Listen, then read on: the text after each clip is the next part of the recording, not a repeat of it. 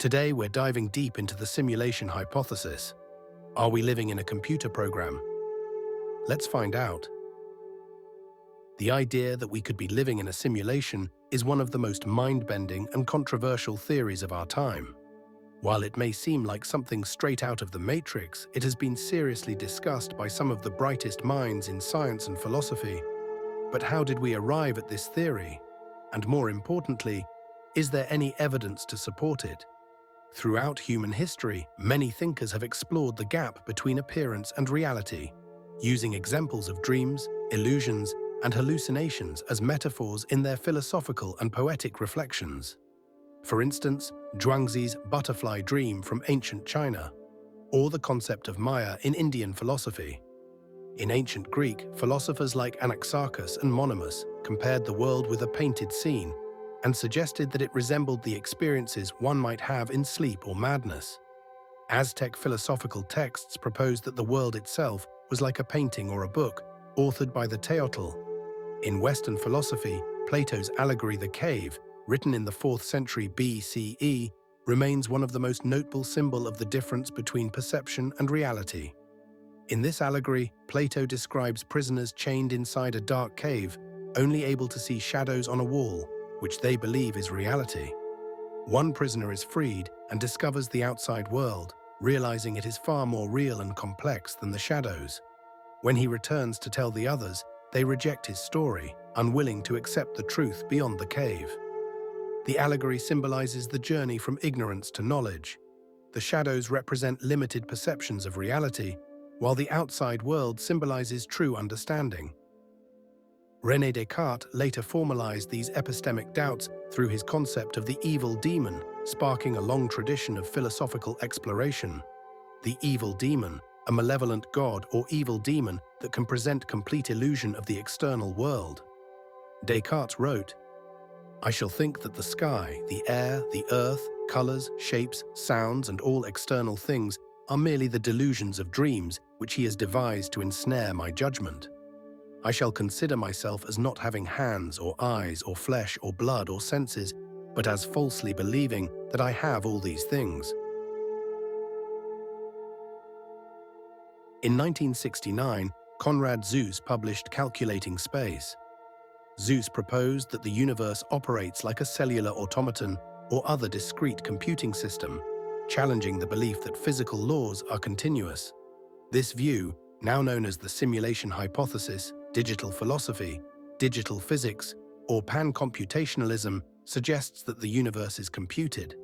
Zuse also argued that concepts like entropy and its growth do not apply in deterministically computed universes. The simulation hypothesis can be traced back to the early 2000s, when philosopher Nick Bostrom of Oxford University published a groundbreaking paper titled, "Are You Living in a Computer Simulation?" In this paper, Bostrom presented an argument that shook the foundations of our understanding of reality. His theory proposes that at least one of the following must be true. 1. The fraction of human-level civilizations that reach a post-human stage is very close to 0. 2. The fraction of post-human civilizations that are interested in running ancestor simulations is very close to 0. 3. The fraction of all people with our kind of experiences that are living in a simulation is very close to 1. It sounds wild, but Bostrom argues that it's logically plausible. In fact, given the rapid advancements in computing power, we might be closer to creating such simulations than we think. One of the most compelling arguments in favor of the simulation hypothesis comes from the exponential growth of technology. The past few decades have shown us the power of computer simulations. From video games like Minecraft, which can simulate vast worlds, to virtual reality platforms that create immersive, interactive environments. In fact, some experts believe that we could soon create simulations so detailed and sophisticated that the inhabitants of these virtual worlds wouldn't even realize they're simulations. They would live out their lives unaware that they're being controlled by lines of code, just as we live in our world. But Bostrom's argument isn't just about technology, it's about probabilities. If a future civilization has the technology to simulate consciousness, they might choose to run multiple simulations of their ancestors, us. But if that civilization runs a significant number of simulations, then the number of simulated beings would far exceed the number of real humans in the original timeline. Given that, Bostrom suggests, the odds that you are in the original universe, one that is not a simulation, are incredibly small. In other words, statistically speaking, it's more likely that we're living in a simulation than in the real world. So does this mean that the simulation hypothesis is undeniable? Not exactly. There are many counter-arguments and objections to consider. One major criticism is that we have no concrete evidence to suggest that simulations of consciousness are even possible, let alone that they exist right now. Others argue that the entire premise of the argument assumes too much about the capabilities of future civilizations. Could they really have the computing power to simulate every detail of a universe down to the very laws of physics? Or would such a simulation be more limited, possibly creating only a small artificial environment rather than a vast cosmos? There's also the question of consciousness. If we are simulations, would we truly experience consciousness, or would we be nothing more than highly advanced robots following a script? Beyond philosophy and science, the simulation hypothesis has captured the imagination of filmmakers, writers, and even tech moguls. Films like The Matrix, Inception, and The 13th Floor have explored the idea of simulated realities. So, what would happen if we were to discover that we were living in a simulation? Could it change anything about how we experience the world? Or would it just be another fact to accept in an already mind-boggling reality?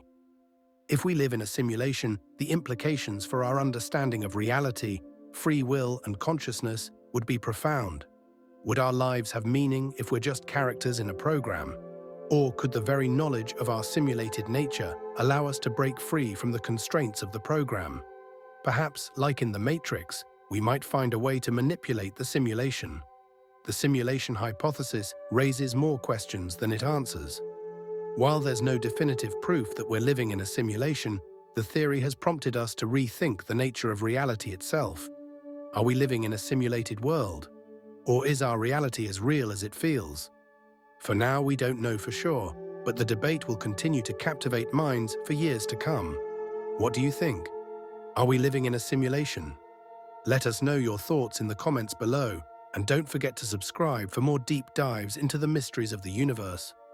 Thanks for watching, and until next time, stay curious.